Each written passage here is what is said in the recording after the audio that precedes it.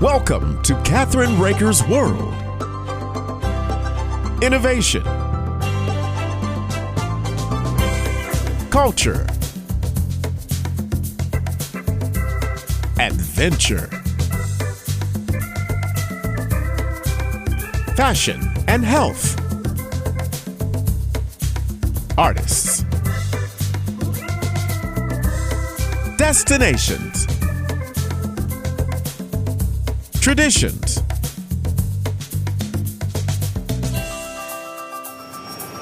This is Kathryn Raaker's World. Hi, this is Kathryn Raaker of Kathryn Raaker's World, and let's just talk. And I have, as always, the loveliest guest, Emily and John Goodwin from Galaxy Press. And they're joining us to discuss the gala and what's going to happen, right? That's right. Yes. For Illustrators, L. Ron Hubbard, Writers and Illustrators of the Future. And Right. this is 40th edition, correct? That's Right. right. And we're so excited because we're going to be there this year. I know. Yeah, we I'm- can't wait to meet you in person. I'm a little short kid. So, It'll make it easier to pick you up and swing you around. yeah, right. So anyhow, let's talk about what's going to happen. And you know, the one thing that I want to ask you again is where can people, I've got people that want to watch it, Yes. Yes. letting them know I'm going. So it's important for me to have that. So who's going to be first? You are. Go ahead, Emily. Okay. So on the 25th of April, that's Uh-huh. just coming up in a couple weeks here, but on the 25th of April, it is the 40th annual L. Ron Hubbard Writers and Illustrators of the Future Awards ceremony. And anybody can attend online. It will be streaming live at writersofthefuture.com. It starts at 7 p.m., but there is a pre-show. Pacific time. Yeah, Pacific time, but there is a pre-show. So if you want to catch some special stuff that's happening before the event, including a concert and some nice videos. So that starts at 6 p.m. But the actual event itself starts at 7 p.m. Pacific time at writersofthefuture.com. Yeah, that pre-show thing she was talking about, we've received about 60 so far and still climbing letters of congratulations and proclamations. I just received one yesterday from the governor of New Jersey, but we're getting the senator from Pennsylvania has a son who turns out that is a winner, an illustrator winner. So he's coming out there and he's done a proclamation for the contest, but he's also done one for every past winner in Pennsylvania going back to I think the earliest is like 1988. Yeah. So all these, so I'll be doing a whole thing, sending out a mailing to all the past winners from Pennsylvania with this proclamation from the state senator. But we're getting lots of great stuff. We got a really nice proclamation from the president of the Bronx in New York, but just from all over. So we're very excited about this. Well, I have a bunch of people that want to meet you, so that's good. That's great. And, I have to share with you, and I have to tell you this, my CPA's daughter, I don't know if Carmen told you this or not, but I sent him, I just wanted you to see this young gal that's 18 that is one of the top, I think she's one of the top artists in the country. Wow. But she is a sci-fi girl. Nice. I'm getting her to enter the contest. Oh, please do. As an And when she wins, you illustrator. can come out again and be her +1. That would be good, right? Yeah, she's only a freshman in college. Wow. And the We've had other- illustrator winners that age We and have. even younger. Yeah. Yeah. I think other the youngest we've had is 15 when she Oh, won. And when she came out to do the workshop in the event, she was 16 at that point. She came with her parents. But, you know, talent is talent. Some of them are amazing at a young Because the age. judges have no idea of anything about the person other than the art. So they don't know how old they are. So we've had illustrator winners have been in the late 70s and like she said, 15, the full spectrum there. And we got winners from 8 countries this year. So that's what makes it so cool as a contest. It levels the playing field just for plain talent. Yeah. So whether you're a writer or an artist, it's got to be science fiction or fantasy, But if you submit, you got an equal chance of anybody else, because all the judges see is your story or your art. Yeah. Even our last year, our grand prize winner, who was in his late 60s, I think. Yeah. And, you never know. It's just on talent alone. So, you could be from any country. You could be purple, blue, yellow, white, doesn't matter. The judges only see your story. Yeah. A couple of years ago, our grand prize winner illustrator contest was Dao V from, he's Vietnam. Yeah. We've had Chinese, we've had, we just from all over, UK. We had a grand prize winner from Mexico several years ago. Mhm. So it's basically it's strictly on how good you are as an artist or a writer. So that's why it gets so thoroughly endorsed by so many people across the spectrum, because it has nothing to do. And you'll see it when you go to social media. I don't get into any posts on race or on sex or on religion. We just keep it straight on talent, straight on, are they an author? Is it science fiction or fantasy? If it's that, we keep it going on that. And it's just the totality of what it is. So we're science fiction and fantasy centric, period. Yeah, and I want to tell you, the other daughter is an animation girl. Oh. Wow. She's in the 3rd year. She's a junior. Wow. Where? I went over to the house and I'm going to send you a bunch I just want you to see the work. Yeah. Yeah. Not the judges, and she hasn't put in yet, so it doesn't make any difference. But I just wanted to let you see what I took pictures of, because I was shocked. Yeah. Oh, that's great. Nice. Yeah. I mean, it makes sense that people connected to you are going to be talented in the arts because you're so much into that yourself. That's such a major part of your life that you just kind of like, you effervesce the arts. You haven't seen my actual real artwork. You won't see part of it. No, I'm I'm also looking forward to when you come out. We're going to talk about this too. I'm very excited. I'm really enjoying your book. I'm like, I'm about a third of the way through it right now. Really just, you had to wait before we started here because I was busy reading the book, and then you had to call me and tell me I'm waiting so that I can, so I let you. How did you like the first chapter? That's the most important thing I wanted to ask you. No, I loved it. That's because that led to the next, and it was just kind of like, I've got my various guests. I mean, the first chapter, that's, when Elizabeth first pops in, I put a little green tabby on it so I could just, have that for reference as I go later. Okay, it's going to come up somehow or another. I'm analyzing, okay, now where's Kathryn? Do you maybe know who made that chapter? The most exciting chapter was Robert. He rewrote that chapter. wow. And in the front of the book, which was really smart. Mhm. So, anyhow, but you get to meet him, and you get to meet my grandson. So, I know. Looking forward to that. And you're going to be able to meet some amazing authors too. You'll be I able know. to I can't wait. I can't yeah. wait. Orson Scott Card's going to be here. He's an amazing person. And one thing that's really good about the contest is when winners make their speeches, it's all over the board. So many of them are, and I bring this up because I noticed and hear that when after the explosion at World Trade Center, when the CIA or FBI director, they all did their prayers. It's like sometimes the winners will come up and they'll, they say, and I have to thank, my Lord, I have to thank God. It's like it's all over. And we have some people that are atheists, agnostic, Buddhist, Jewish, Christian, they're all over the whole spectrum on this stuff. And it's just, they're free to make their appreciation and their thanks. Obviously, their parents, not obviously, but quite often their parents who support them. And some didn't necessarily support them, but they went on anyway and succeeded. But it's great. That's what's really good about this program is like, it's just, we celebrate the arts. We have no other strings attached and something like that. So we have no idea when a person wins.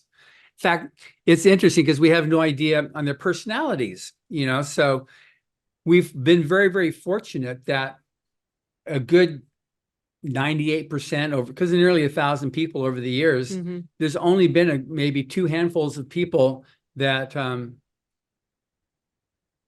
didn't learn about manners when they're growing up, you know? And so, like I I've said, had a lot of very, Love very that. nice Love that. I people. have to say that's awesome. you know, For the most part, it's been very nice. And it's kind of people, you know, when you come into the Writers of the Future, you kind of become Writers of the Future family. And yeah, when we go out to like shows and conventions, we will invite past winners or judges to come to the booth, bring their books, sign. Some of the new authors and artists, you know, they can't necessarily afford to buy a booth at like a Comic-Con or Dragon Con or something. So, you know, we'll get extra space and then we'll give them a place to set up and sign and sell. And just, it doesn't just end with like you win, you get published, you come and you go on stage and it's like, bye. They actually, we continue with them. You know, we have some people coming to the event that were at the very first event 40 years ago. So you'll meet people that were there at the very beginning and they're still part of the Writers of the Future to this day. So it's kind of a, you know, we call it the Writers of the Future family because, you know, they stay with us just, and we help them and as long as we can. And if it's within our realm to be able to help them, we do. Well, I think that's so exciting because I'll tell you what, the people that I've interviewed in the past, I've been with you guys for a long time now. I know. Several It's been, years. our relationship has been a long time. I go back Yeah. through all the things that we've ever done. You two have not changed. Well, You have God. not changed. You haven't gotten any older. Any more mature.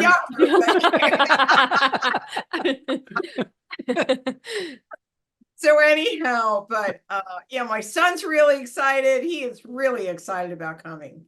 Oh, And, good. Yeah, he's going to meet the author of, like I said, Ender's Game. He's going to meet the author of On Stranger Tides, which was the Johnny Depp movies. He's going to meet Pirates of the Caribbean. Yeah, Pirates of the Caribbean. He's going to meet the author of Ringworld, which is a very famous science fiction with Larry Nevin. He's a very famous hardcore science fiction writer. There'll be a lot of authors there. It's going to be fantastic. There's another Robert J. Sawyer is one. He did the Flash Forward. That was a series that was on ABC. Yeah. A few years ago. well, he's really into everything that you're talking about. And, Great. and, Perfect. he's in his 50s, so he's. He called me this morning. I'm going to get my tux. I said, good. Good, yeah. Yeah, it's the only science fiction fantasy. It's referred to as the Oscars of science fiction fantasy, and it's just, you know, it really is amazing. We get you know, we have to be very selective in who we invite because we only have seats for 350 people. So it's you know, it's unfortunate we have to like turn some people away, but we just want to have it so that's, you know, we have the winners, their family, we have the judges, other industry professionals, media that, you know, want to, because we obviously the whole thing is celebrating the arts and also celebrating these winners to give them that, you know, it's like you get the little bird, the little fledgling bird, and you're like, fly. So, and we'll bring in some editors and you know, so they have future work, you know, they make contacts. It's networking there for them. yeah.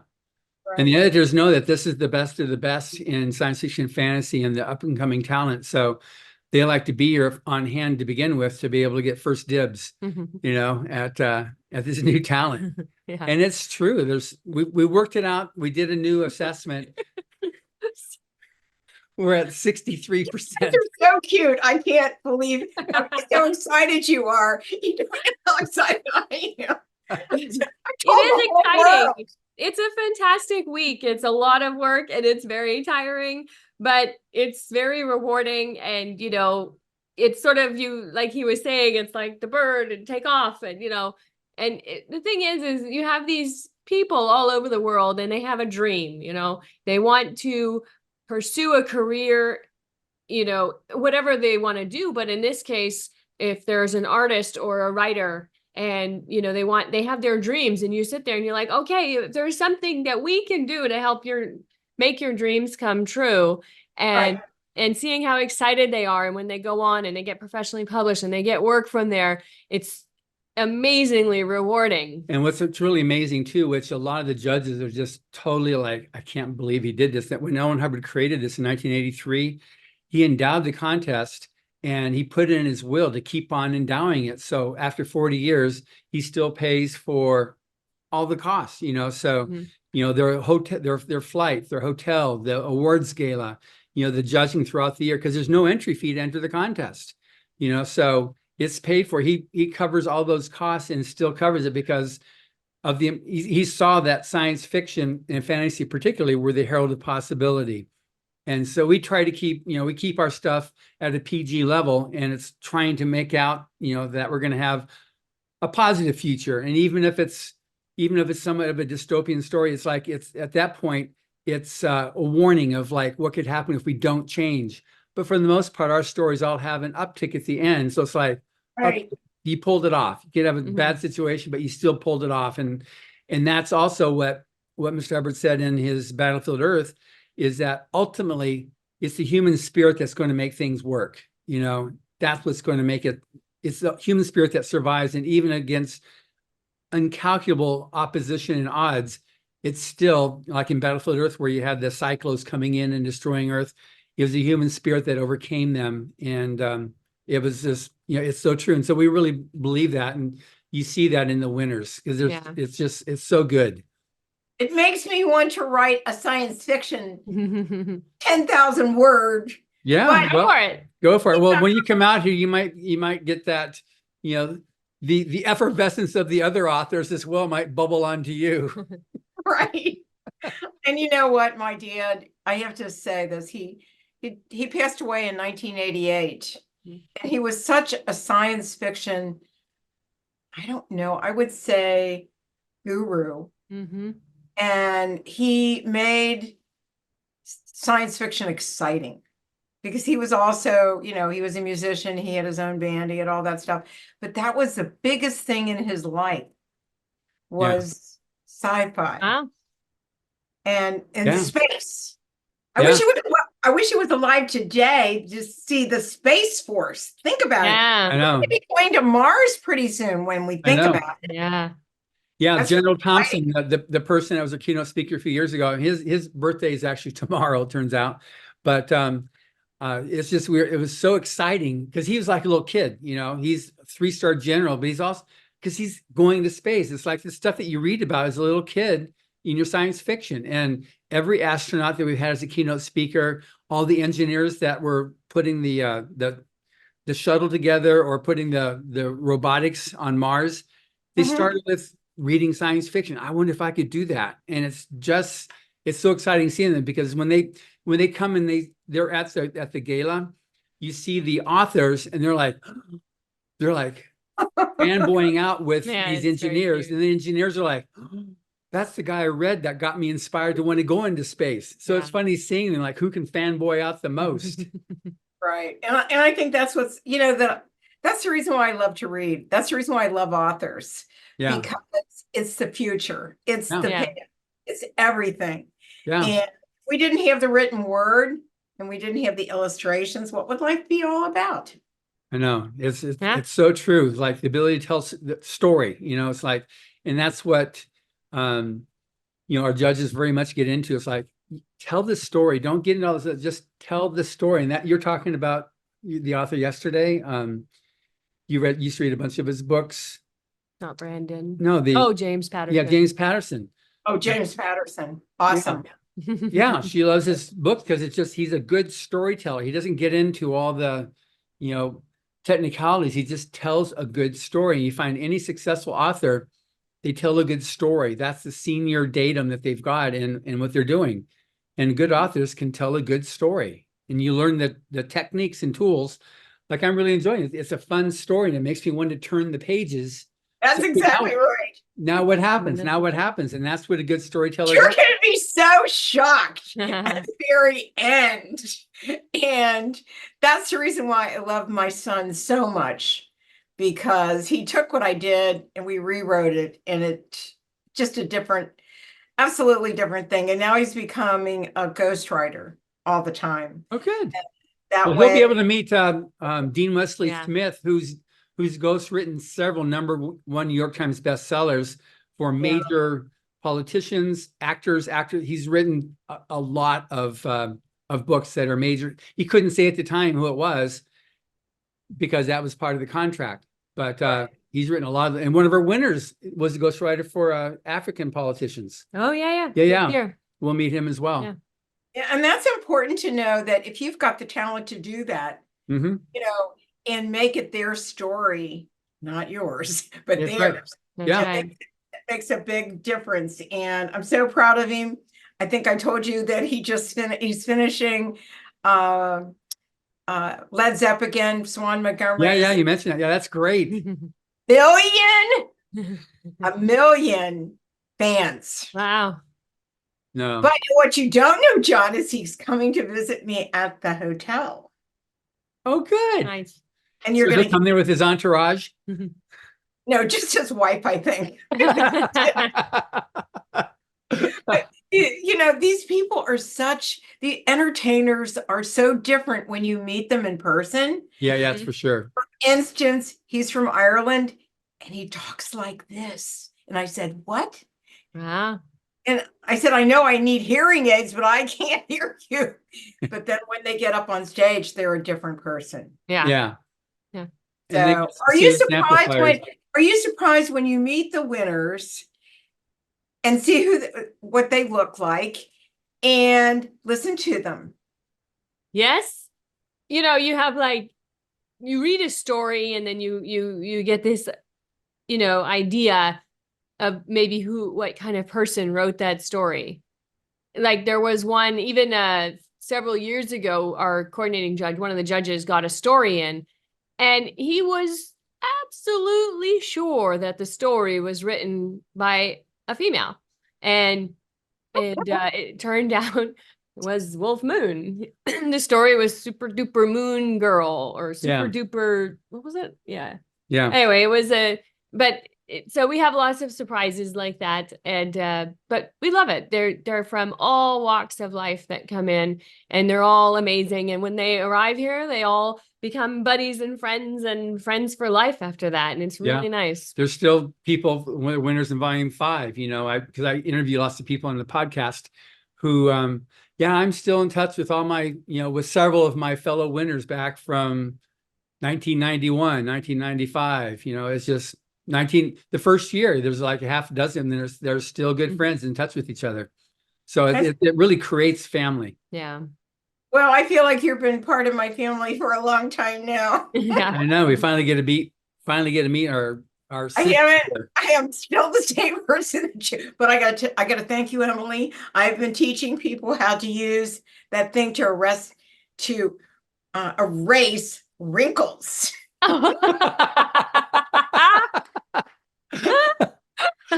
It's marvelous. I give you credit for it because paper filters.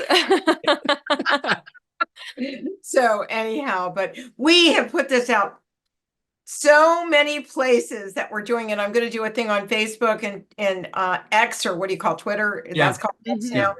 Everywhere is going to have it. And by the way, we just picked up, listen to this, 3 new stations. Wow. But we're going to have from Asheville, North Carolina. You got to practice your speech there. Oh, yes. But anyhow, we picked them up. And we also picked up actually 2 other stations, and I'm going to be sending you that in the next couple of days. And then there's a new FM station as well. So I'm really excited. That's so good. That's so good for you. Have we run out of time? Yes. We have? Yeah. Okay. Because we want to get this out as soon as possible.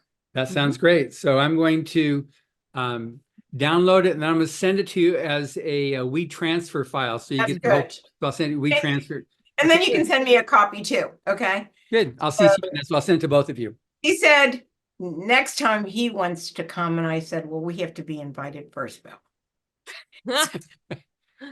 Well, I'm sure that once everybody falls in love with you, besides Emily and myself, he's a major filmmaker, by the way. Okay, good. He's really good. I want to thank you both so much for joining me today on Kathryn Raaker's World, our syndicated television show, and Let's Just Talk, our syndicated radio show. Thank you so much. And I can't wait to see you. I know, we're so excited about Looking that. forward to meet you in person finally. Finally. Yeah. Little short girl. See you. And Okay. don't forget to go to your Writers website. of the Future. Yeah. Writersofthefuture.com. Right. And that's where it's going to be on the 25th of April. 25th of April at 7 p.m. Pacific time. If you want to catch some of the pre-show, tune in at 6 p.m. Pacific time. Okay, that's great. We'll see you then. And I'll talk to you guys later. Thank you so very much for joining me today. Thank you. Thank you, Kathryn.